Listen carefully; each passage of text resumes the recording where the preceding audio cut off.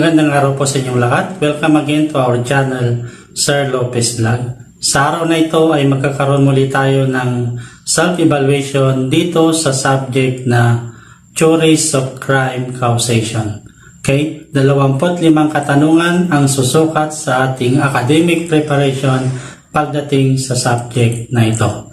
Matapos ang ating isasagawang self-evaluation, ang key to correction nito ay makikita sa ating description box. Okay?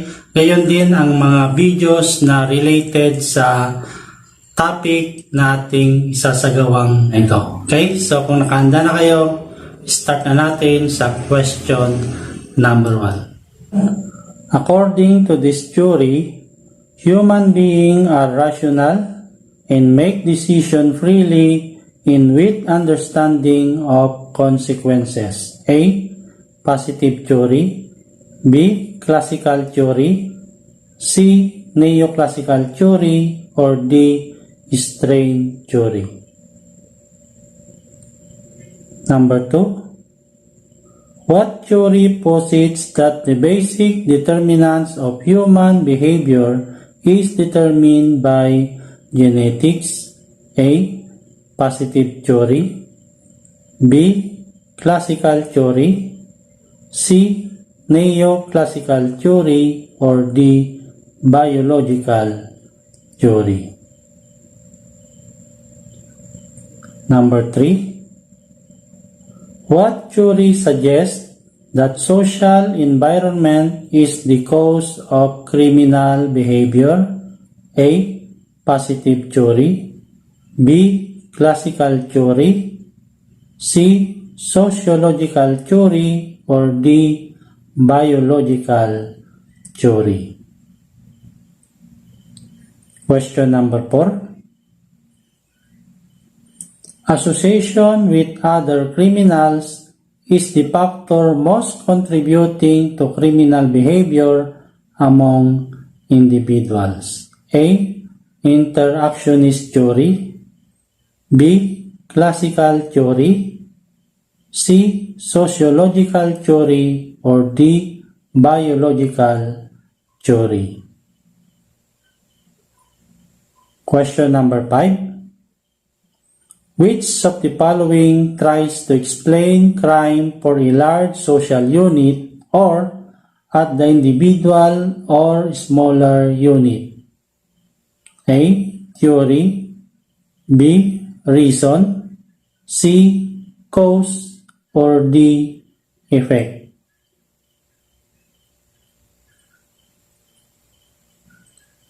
Number 6.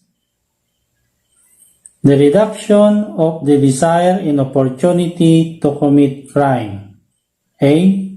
Crime control. B. Crime prevention. C. Crime repression. Or D. Crime mapping. 7. Scientific approach based upon mental processes and characteristics. A. Psychogenic determinism.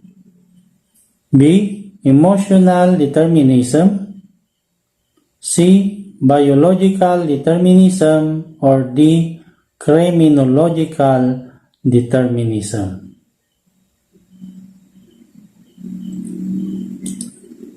Number 8. The principle that events, including criminal behavior, has sufficient causes. A. Positivism. B. Determinism. C. Atavism. Or D. Narcissism. Number 9. Maintains that the failure of a man to achieve a higher status of life caused them to commit crimes in order for that status or goal to be attained. A. Neutralization theory. B. Strain theory. C. Social control theory. Or D. Anomaly theory.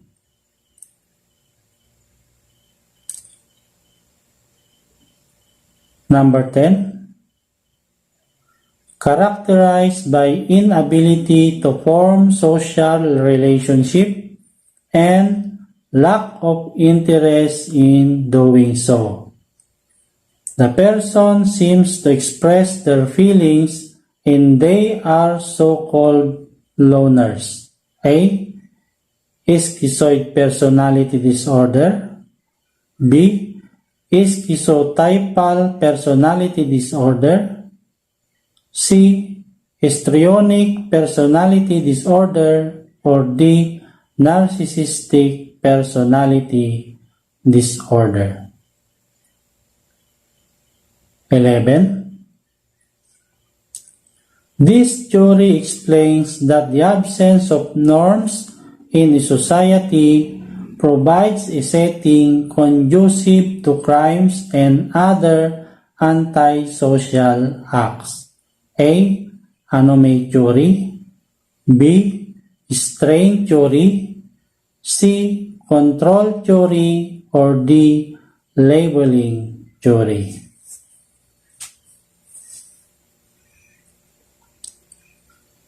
Number 12.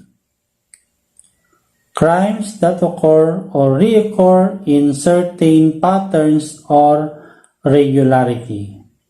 A. Cyclical crimes. B. Dolichopax. C. Episodal crime. Or D. Seasonal crime. This theory states that behavior becomes criminal if it is stigmatized as such. A. Imitation theory. B. Ivan Nine's theory. C. Labeling theory. Or D. Neutralization theory. 14. This theory states that the body physique can be used for determination of human personality. A. Stereotyping. B. William Sheldon. C. Strain theory. Or D. Somatotyping theory. 15. This theory states that the lower class creates barrier and rejects middle class values. A. Stereotyping. B. Subculture theory. C. Strain theory. Or D. Somatotyping theory. 16. A classification of theories that claim to ask not why do people commit crime, but why do they not commit criminal acts. A. Control theory. B. Subculture theory. C. Strain theory. Or D. Somatotyping theory. 17. This theory concentrates on one's associates and then normative definitions one learns from them. A. Control theory. B. Subculture theory. C. Strain theory. Or D. Differential association theory. 18.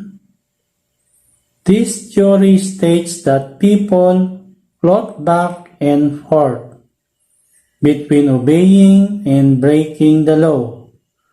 People can use techniques of neutralization as excuses to break the law when other form of social control is weak. A. Control theory. B. Subculture theory. C. Drift theory. Or D. Differential association theory. 19. This refers to the belief in control theories that the desire to commit criminal acts is uniform and spread evenly across society. A. Self-control. B. Control. C. Natural motivation. Or D. Moral. 20. Criminals who are easily influenced by great emotions. A. Insane criminal. B. Criminal by passion. C. Insane criminal. Or D. Criminaloid. 21. Relation between social factors and individual activities. Individuals become free to commit crimes when their ties to society are broken. A. Social band theory. B. Drift theory. C. Control theory. Or D. Strain theory. 22. He proposed the theory of human evolution as that man came from apes. A. Charles Darwin. B. Robert Peel. C. John Jeffreys. Or D. Cyril Bird. 23. This theory states that people bound together as a group with needs that are best served through collective action. A. Culture theory. B. Conflict theory. C. Anomaly theory. Or D. Deviance theory. 24. Maintains that crime rates are associated with poverty, disorder, or signs of community deterioration. A. Culture theory. B. Conflict theory. C. Anomaly theory. Or D. Social ecology theory. Last question. Question number 25. Maintains that an individual will obey or disobey societal rules depending upon his or her ability to rationalize whether he is protected from hurt or destruction. A. Culture theory. B. Conflict theory. C. Neutralization theory. Or D. Social ecology theory. So ito na nga ang kabuuan ng ating isinagawang self-evaluation sa araw na ito. Mangyari lamang na i-check nyo na ang inyong mga papel gamit ang key to correction na nandito sa ating description box.